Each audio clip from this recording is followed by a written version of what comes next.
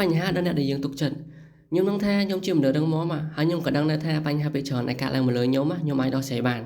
តែខ្ញុំនៅតែឆ្ងល់ខ្លួនឯងថាបញ្ហាដែលខ្ញុំធ្លាប់តែដោះស្រាយបានពីមុនមកដល់ពេលឥឡូវហ្នឹងខ្ញុំដោះស្រាយអត់ចេញសោះខ្ញុំឆ្ងល់ដែរថាមកពីគេឬក៏ខ្ញុំត្រូវការប្រាប់បញ្ហារបស់ខ្ញុំទៅកាន់អ្នកដែលខ្ញុំទុកចិត្តដូចជាបងប្អូនសាច់ញាតិឬក៏មិត្តភ័ក្តិហើយបើសិនជាខ្ញុំត្រូវការប្រាប់សួរថាមកពីមូលហេតុអីគេតើខ្ញុំត្រូវការអ្នកលួមលើកទឹកចិត្តរបស់ខ្ញុំឬក៏អ្នកយល់ចិត្តខ្ញុំមែនអញ្ចឹងចំពោះអ្នកទាំងអស់គ្នាដែលជួបហេតុការណ៍ប្រភេទនេះអត់ឥឡូវយើងមកដឹងពីមូលហេតុក៏ដូចជាហេតុផលទាំងអស់គ្នាដែលវាធ្វើឲ្យយើងនឹងអាចដោះស្រាយបញ្ហាហើយនឹងបង្កើននៅអារម្មណ៍ឬក៏ការលើកទឹកចិត្តពីអ្នកដែលនៅជុំវិញខ្លួនយើងក្នុងការដោះស្រាយបញ្ហានឹងទាំងអស់គ្នាចំណុចទី1គឺនិយាយដើម្បីបញ្ចេញអារម្មណ៍អញ្ចឹងនៅពេលដែលយើងរកបានមនុស្សម្នាក់ដែលក៏ព្រមបើកចិត្តស្ដាប់នៅបញ្ហារបស់យើងវាប្រៀបបានដូចជាយើងនឹងបានបញ្ចេញអារម្មណ៍ដែលវាបានកប់ទុកនៅក្នុងចិត្តរបស់យើងនឹងយូរមកហើយដែលវាធ្វើឲ្យសម្ពាធផ្លូវចិត្តរបស់យើងនឹងវាកាត់បន្ថយម្ដងទៅហើយអារម្មណ៍សោកសៅហ្នឹងក៏វាស្រួលឡើងច្រើនជាងមុនដូចគ្នាចំពោះចំណុចទី2គឺមានអារម្មណ៍ថាមានអ្នកយល់ចិត្តនៅក្បែរខ្លួនអញ្ចឹងនៅពេលដែលយើងមានអ្នកស្ដាប់ដែលល្អទោះបីជាគេស្ដាប់អត់មានការវិនិច្ឆ័យឬក៏បញ្ចេញមតិក៏ដោយក៏យើងមានអារម្មណ៍ថាយើងដូចជាមានមនុស្សម្នាក់ដែលនៅក្បែរខ្លួនយើងអត់នៅម្នាក់ឯងទេចំណុចទី3គឺការរៀបចំផ្នត់កំណត់ឲ្យច្បាស់លាស់ជាងមុនអញ្ចឹងនៅពេលណាដែលយើងនិយាយអារម្មណ៍ឬក៏ផ្នត់កំណត់របស់យើងដែលច្បុកច្បល់ក្នុងចិត្តពីមុនហ្នឹងត្រូវបានរៀបចំសារឡើងវិញហើយដែលវាធ្វើឲ្យយើងយល់ច្បាស់ពីបញ្ហាឬជារកដំណោះស្រាយឲ្យល្អប្រសើរជាងមុនផងដែរពីភាពដូចជាយើងនឹងជួបប្រទះនឹងបញ្ហាអញ្ចឹងបើសិនជាយើងហ៊ានប្រឈមជាមួយនឹងបញ្ហា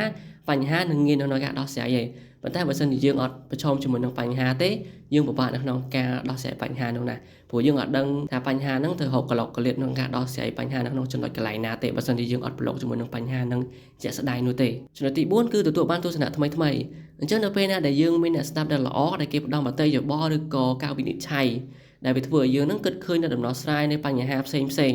ដែលយើងដែលឃើញពីមុនមកសោះអញ្ចឹងមានន័យថាចេះនៅពេលដែលយើងខ្លួនឯងយើងទៅមើលពីបញ្ហាដែលយើងជួបប្រទេសយើងមានផ្នែកតែមួយគូឯងអញ្ចឹងយើងអាចមើលឃើញតែមួយឬក៏ពីរនៃចន្លោះនៃបញ្ហាហ្នឹងទេតែបើសិនជាយើងមានគ្នាម្នាក់ពីរនាក់បីនាក់យើងអាចបន្ថែមនៅផ្នែកពី3គូបន្ថែមទៀតអញ្ចឹងចំណុច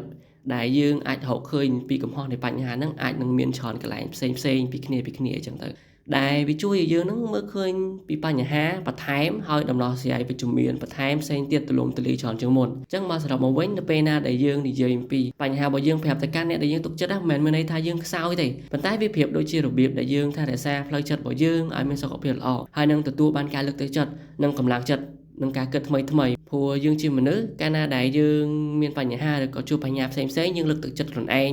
អស់ពីដៃវិជាងហើយនៅតែមានប្រសិទ្ធភាពគឺយើងត្រូវការកត្តាជំរុញពីខាងក្រៅឲ្យគេអ្នកដែលយើងស្គាល់ឬក៏អ្នកដែលយើងទុកចិត្តនៅខាងក្រៅសម្រាប់គេលើកទឹកចិត្តរបស់យើងដែលវាធ្វើឲ្យយើងនឹងដឹងពីដំណោះស្រាយថ្មីឬក៏បញ្ហាដែលយើងជួបប្រទះព្រោះកាលណាយើងជួបបញ្ហាយើងត្រូវការលើកទឹកចិត្តពីខ្លួនឯងហើយបើសិនជាយើងលើកទឹកចិត្តខ្លួនឯងអត់មានប្រសិទ្ធភាពទេយើងត្រូវការកត្តាជំរុញខាងក្រៅគឺអ្នកដែលយើងជុំវិញខ្លួនយើងអ្នកដែលយើងទុកចិត្តដូចជាបងប្អូនសាច់ញាតិឬក៏មិត្តភក្តិផងដែរអញ្ចឹងសម្រាប់ថ្ងៃនេះគឺខ្ញុំអរគុណខ្លាំងមែនទែនខ្ញុំសង្ឃឹមថាវីដេអូមួយនេះអាចនឹងជួយទៅកាន់អ្នកទាំងអស់គ្នាបានច្រើនមកកម្រិតដែរណោះអរគុណច្រើន